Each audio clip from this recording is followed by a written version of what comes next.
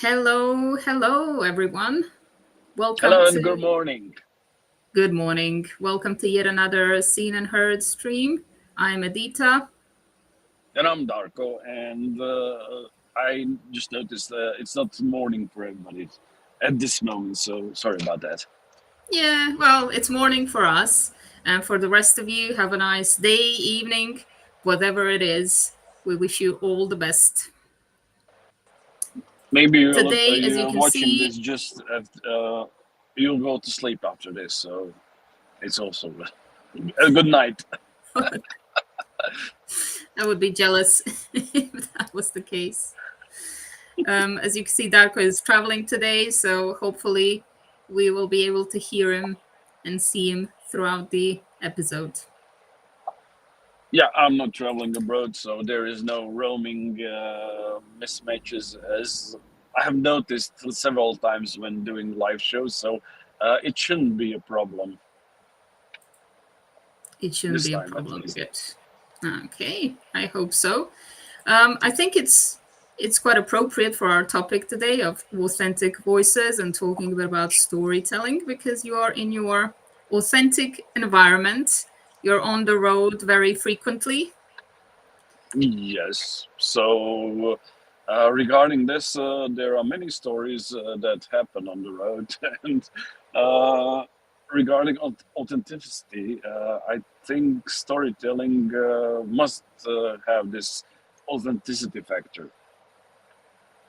Yeah, I think that's its role to connect people and to give us a bit of a flavor of who you are and what you're like, which is quite important not just in personal relationships but also in building professional relationships.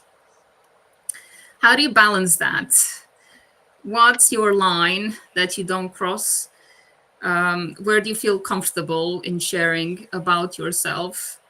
And how does it feel to tell the people that you're having a business relationship with something a bit more about yourself?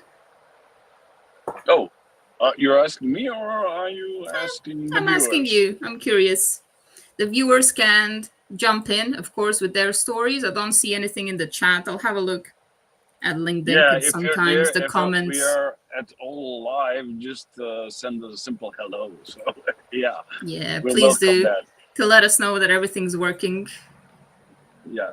And the question was, oh yeah, how I feel about sharing something private in my Business business relationships? storytelling, Yeah. business relationship. Well, I'm not really accustomed to. Maybe it's not that because I don't want to mix private and business.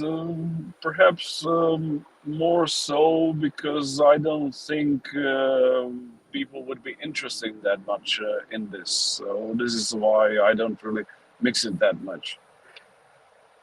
But I don't see Okay. it as a problem if your private life is actually that much going around the business one. So why not? Tina is saying a Yeah. simple hello. So we are live, Darko. We Hello. have a Yeah, confirmation. it's working. Yeah. Thank you, Tina. We appreciate it. All right. So you say How do you? Yeah. What? you don't feel overly comfortable with that. No, no. I'm not saying I don't feel that much comfortable with it. I just don't think people would be interested that much. I mean, if we're in business relationship, if we're actually in directly uh, working on something, yeah, we get to talk about it, so it's not a problem. But like in public, on website or directly on the social networks, I don't think that people are that much interested in what you eat in the morning, how do you spend your evenings, and so I don't know. How do you feel about that? Okay. I'm curious to hear from others if they agree and if they're interested about maybe what you ate this morning. Hi, Vani. Thank you for coming. Hi. And Dimitar as well. Hi from Bulgaria. Hi. Hi. Nice to see people from different parts of the world. When it comes to my approach, I think that I feel similarly to you, but it often proves not to be the case, actually, because when I speak with my students, they often have questions, about my private life. And it's about my Yeah, passions or but interests. this is more one-on-one when you conversate one-on-one, and not directly somebody asking you, I don't know, on LinkedIn here, what are you doing this evening? I don't know. Yeah, of course, that wouldn't be appropriate. Oh, we have Spain as well from a LinkedIn user. Oh, Let me see. I'll try to refresh on LinkedIn to see who it is so I can greet them properly. This is Rena. Okay. Darko wrote in his last post how to deal with this privacy setting so you can have a peek. Did you write that in Croatian, Darko? and the this help article was in English, so I just copied in English. So it's an on announcement of this live. It was Okay. yesterday, I think. Yesterday. All right. Then I'll Yeah, it was posted yesterday on my LinkedIn profile. So yeah. I'll try to remember to share that as well so that we can see your lovely name, Rena, and know that it's you in Restream as well. Yeah, it's basically for LinkedIn and some privacy settings you need to visible to other websites, something like this. So it's somewhere in the settings. Yes. Okay. So we were saying in one-on-one settings, you can expect some of these questions. So you need to have an idea of how much you want to share and what things are relevant to your professional image and to your relationship with this person. So I think this is something to think about in your tone as well and the way that you present this information. I think for me, for example, for a sort of teacher student relationship, it often mirrors the student. So you see how much they're comfortable with and the sort of interests that they have, and you try to stay in that domain and connect with them authentically, of course, but mindfully, right? Thinking about what they would be comfortable with, thinking about their culture and their Hmm. background as well. Yeah. Okay. Perhaps it's a bit different for me because taking portraits of people is a very, let's say, intimate process. So you get to know each other more deeply, and I don't think that there are that much boundaries of what we would share. Of course, you see how much people from on the other side wants to share and reciprocally. Okay. In the same way you share it. Uh, and this is basically how I tend to work. But I don't see that there is something that I wouldn't share regarding my private life. Oh, okay. So you can go quite deep Yes, yes, because in these in some sessions. conversations we go really deep, so it's not a problem. Okay, that's quite interesting. I don't think I've had this experience with a photographer. So for people who Yeah. want to connect, go to Darko. Not everyone is that open. Yeah, because you to have this authenticity in the portraits, you need to be open to the camera also, and you cannot be open to camera if you are not also to the person behind the camera. This is my philosophy, at least. So when you just a bit buttoned up in front of a camera, it's perhaps people don't see it that authentic, or you see more formal than you are. You look more formal than you are. depending on what is the need of a portrait, but still. Yeah, I think I can relate to that. I think that my LinkedIn photo reflects a bit of that uncomfortable feeling, and I can Yeah, compare to what you're saying because I didn't develop this relationship with the photographer. yeah, and that is, I think, this is really unfortunate because people tend to look on their photos depending on how their relationship with the photographer is, and that is not their real selves how they should look on photographs, Mm, unfortunately. yeah, I think I can draw a parallel there when I speak about my students and our relationships. It's Hmm. very important to build that rapport and create an atmosphere where the students feel like who they really are and find their voice in English. And they Hmm. often have, I think that the initial sort of feeling is quite similar to being photographed because you're expressing yourself through a tool, in this case, a language that you're not that familiar with. And you might feel that you might get judged, you'll make a mistake, right? That might be an equivalent of, looking goofy in a Yes, photo. So, getting the student to relax does normally include a personal connection. But I'd say that of this course. is more gradual than in your case. And because I teach online, slower. It takes time to build up for sure and to Yes, test the of course. boundaries. Hmm. But I'd say you both need to be open for this relationship to develop and for students to act as they can speak like themselves and not um, act a bit in front of you.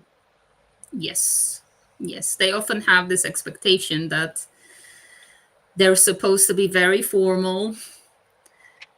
They tend to have even this physical reaction of kind of taking one step back during the first session. So it's very important to show them that they can be relaxed and that it's part of everyday relationships.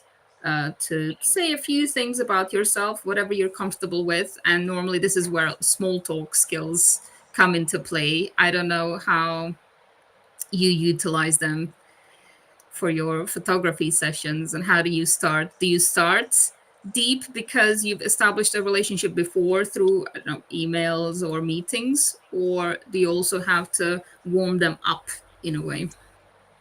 Well, we usually, my clients and me have at least a couple of meetings before the photo session, so it's not directly that we bond in like 15 minutes. So this is also a part that is needed. You cannot just bond with someone so shortly.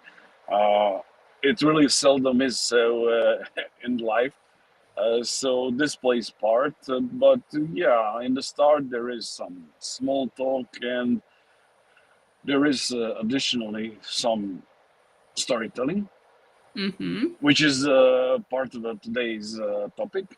And then people open up on both sides. And Do this is you what is start? actually needed. You need to open on both sides, or otherwise it doesn't work. Definitely. I remember when we first started chatting on LinkedIn, you shared a story with me about how you were an introvert and felt uncomfortable in front of the camera. I said this is one of the. Yes, exactly, something like this. So I basically started as a photographer because, mm, yeah, yeah. So, and I haven't yet met a person who said they love being in front of a camera, so it's really relatable to everyone. Okay. I think there was a bit of a delay there.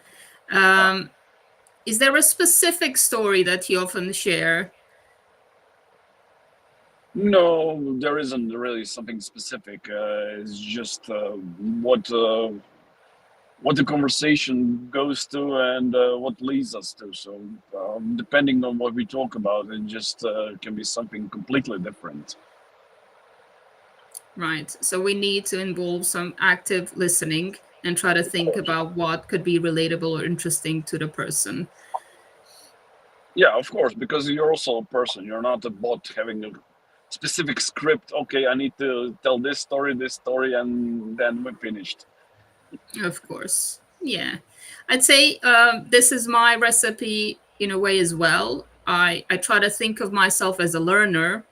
I didn't get to this level of English or Croatian. You don't get to any language in a second. You're not born with it, it's something that develops. So you think about some situations that you've had where you've had maybe misunderstandings or it was really uncomfortable to talk.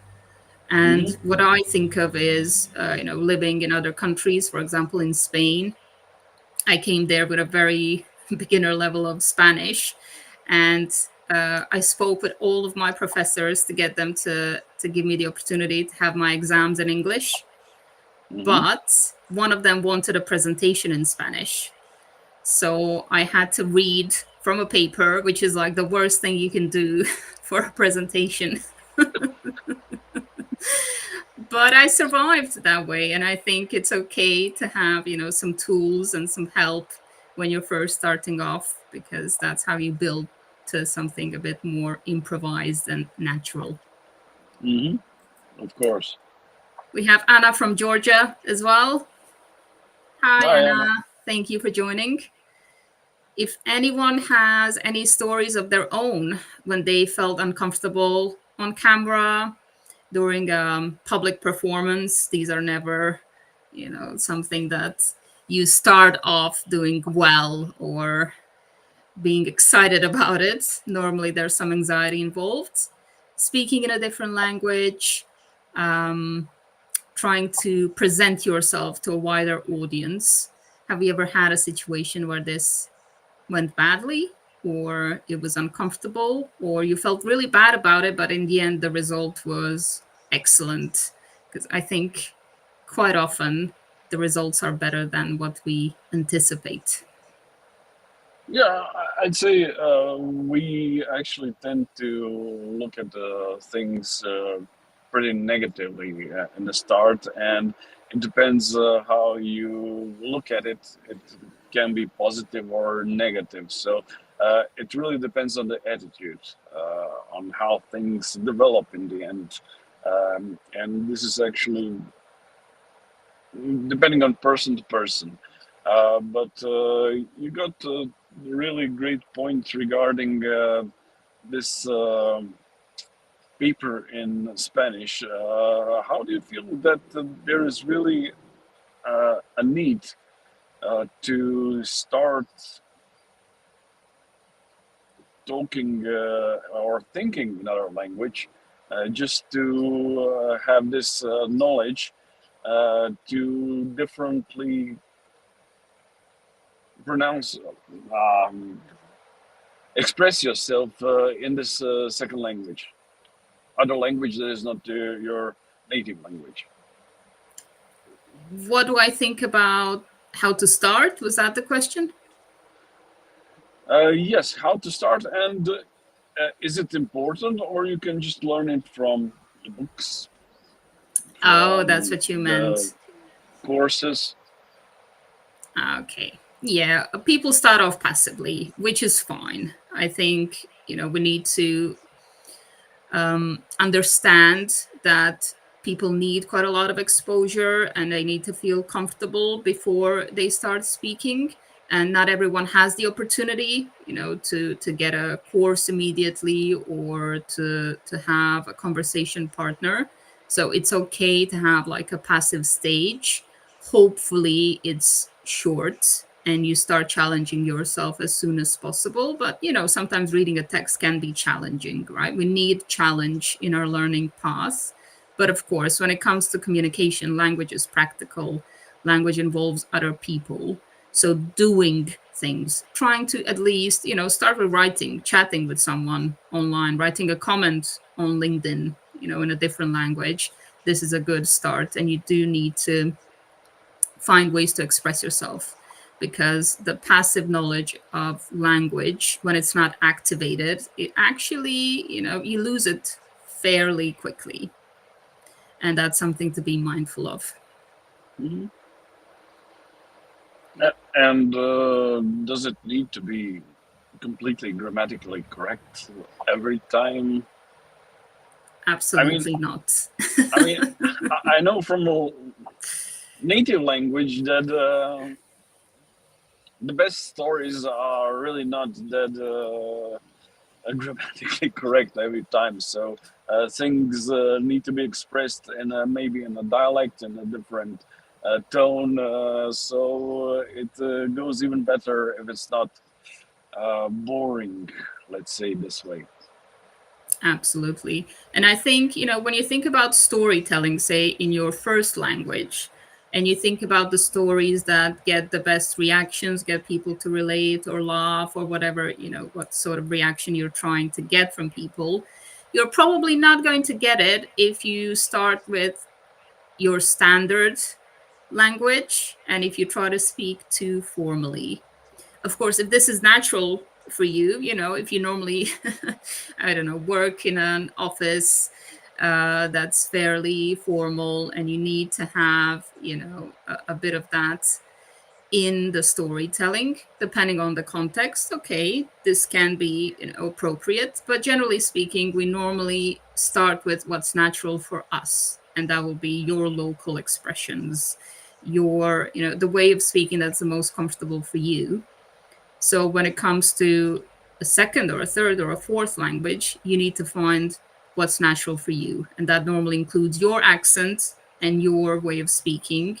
And sometimes saying something incorrectly can be funnier and more relatable and more authentic than actually using the correct form. And this is true for native speakers of English or any other language. Playing with the language is the highest level of language, I'd say, intentionally breaking the rules. Yeah, Anna says, like in all here comes creative. the question about grammar. Oh yeah, please Continue. do, please do ask. I think she was relating to your question because you mentioned grammar. Oh, okay. So I'm starting to be already too boring with this grammar question.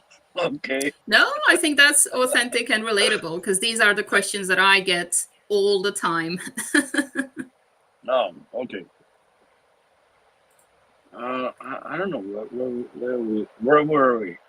I'm a bit distracted by the road, so I'm driving. That's fair. Um, I think that I asked you quite a few questions about how you get your clients to be authentic on camera. Like maybe that's the equivalent of grammar questions for an English teacher. Yeah, What yeah, are it is. So there are people usually want the perfect pose and how they should look like, perfect clothes and everything. But yeah, authenticity is the key. So how they usually are is much better than the pose or the clothing that they see on some other photograph. exactly? Yeah, I think that's very important to repeat. And I'm aware of it. I've talked to you about it quite a few times, but I still get that feeling when somebody's trying to take a picture of me. I freeze. It's something that's a process. And I think it's the You same with the straighten up. language. Okay, okay. Now the camera is going out. Okay. Yeah. You need Yeah, to forget and it's about the the same camera. thing. Yeah, and it's the same thing. Either it's a photograph or a video. It's the same thing. So just be yourself. Okay, I know it's really hard to be that way once you see the camera, but the more you are in front of a camera, be it either for pictures or video, the more easier will it be. Of course, experience is very important. We have some nice comments. I will share Anna's first because we talked about We grammar love briefly. nice comments. We never get the bad ones anyway. So thank That's you. true. We have a lovely audience. Anna says she's never heard a joke with a third conditional. Quite often we use present simple. Yes, that's a good idea, Anna. I will challenge my students to make me laugh with the third conditional. I have no idea, but I'm sure it's funny. Teacher jokes. Yeah, Not never that is funny. my knowledge of English grammar. All right, Tina shared a story with us. Thank you, Tina. We appreciate it. I'm going to read it for Hey, you.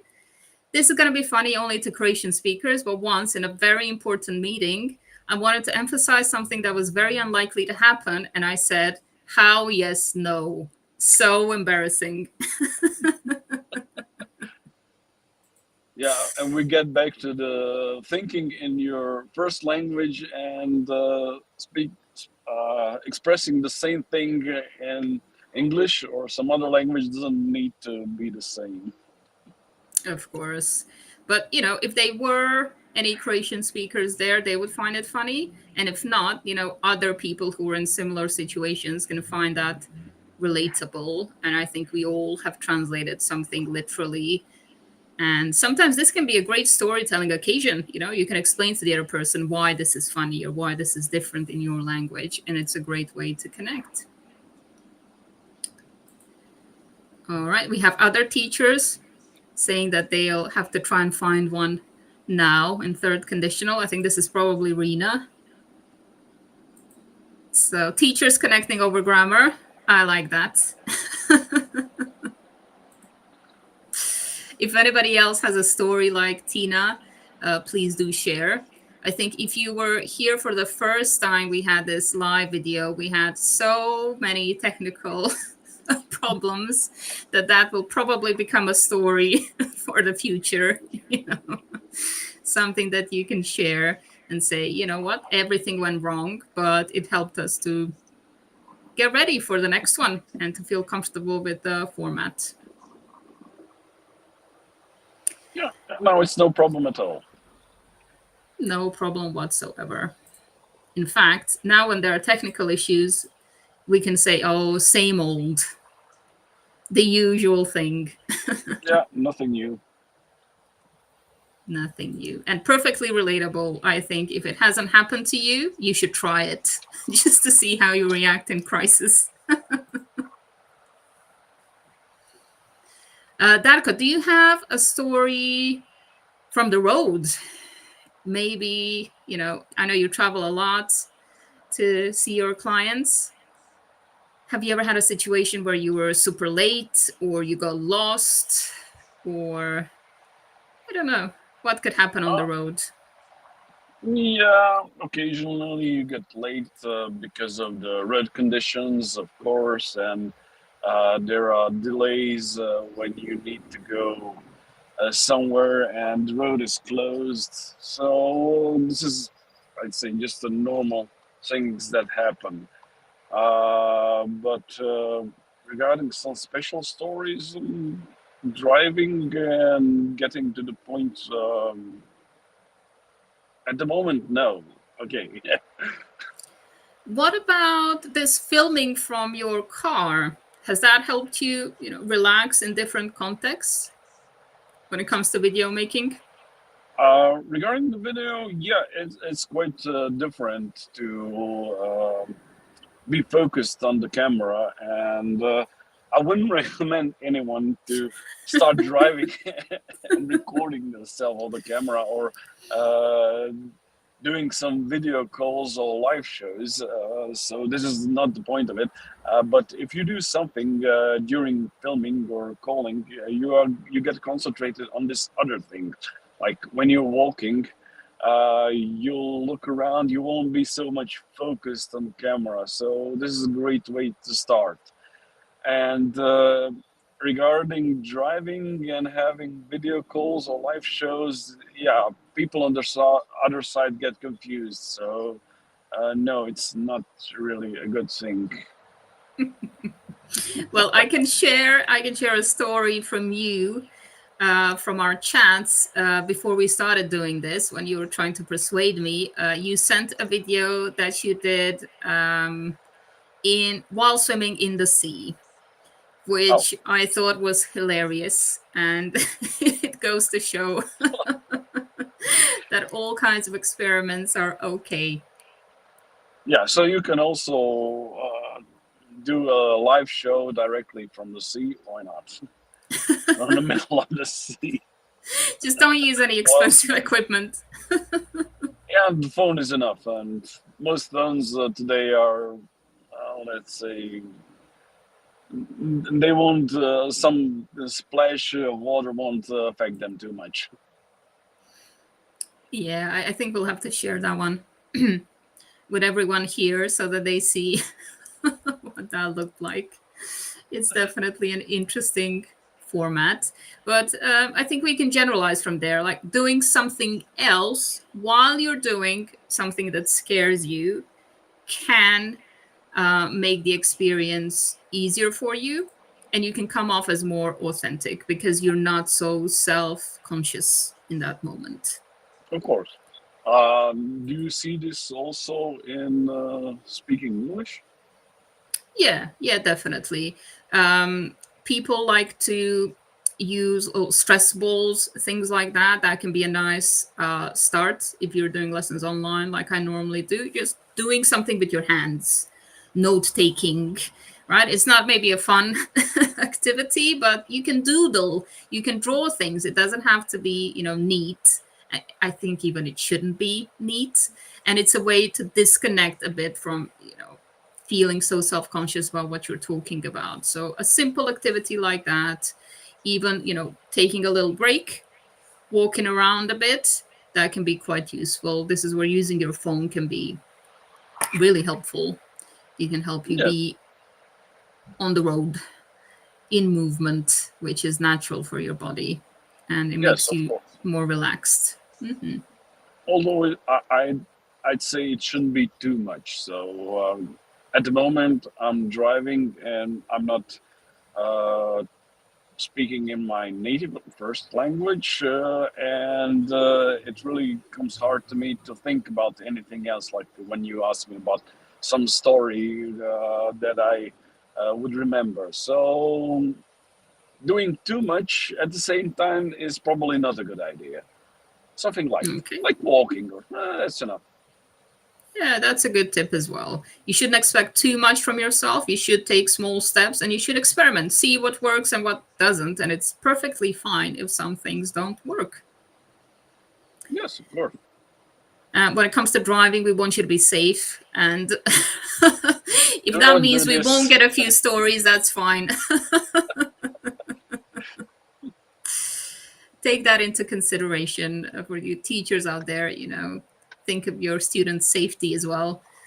I would trip if I paced around too quickly, so I have to sit down.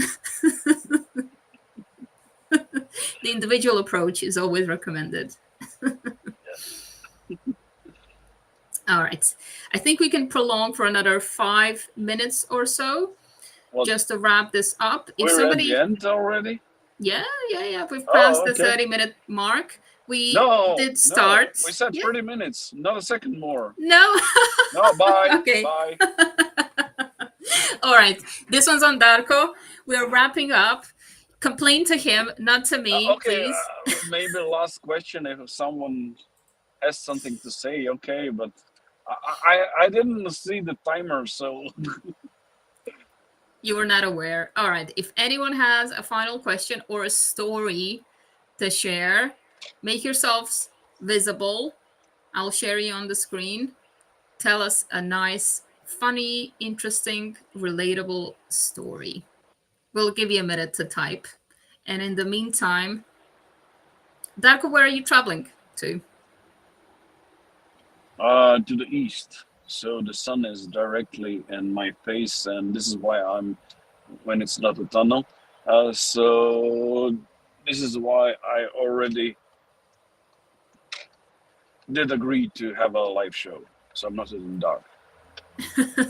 Okay, we can see you clearly. Good. So only go to live shows if you're driving, if you are driving No, towards the you sun. shouldn't be driving. No, number one, you shouldn't be driving. But just to have a notice, car is an excellent studio for video or audio recordings or calls, and it has one special feature that no other studio has. you can park it, position it wherever the sun is and everything, so you can put it the way you like the light to be. And regarding the audio qualities, at least when the motor is not running, and this is not ideal time. But regarding the audio qualities, it's also great. So yeah, Ah, park okay. it and then you can record or have a video call. Do not drive like I do at the moment. There is also an accident, so yeah. Oh, wow.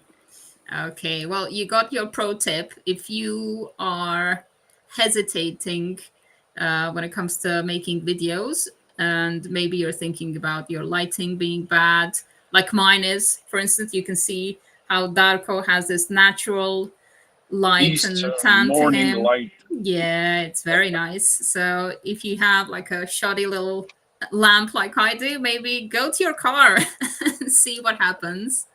Could be a nice start and could be an excuse that get some alone time and have some peace and quiet while you're doing it. And it could be a good tip for English lessons for some people who can't have a quiet spot. I've had students joining from their cars. It can be a Mhm. way, again, maybe to get some peace and quiet, or if you're feeling self-conscious, if you have a partner who speaks English better, you don't want them to hear you, that sort of situation, could be an Yeah. idea. Why not? So you can recommend it also to your students Yeah, as having a very private spot, and for video calls that you can have classes directly from their car. why not? And they can look good. That's the important bit. It can help them feel more comfortable when speaking as well. All right. I don't think we have any stories or questions left, so we can wrap it up and let you get to your destination safely. Thank Thank you. you for joining, Darko, even though you're on the road. I appreciate it. Thank. I wish to thank all the visitors, no, viewers, Hmm. listeners, and have a great day, all of you, or a Yeah. good night if you go to sleep right now. Thank you. We appreciate you. And, if you weren't inspired to share something during the live, you can always send us a comment and tell the other readers about your story. Take care. Bye bye. Bye.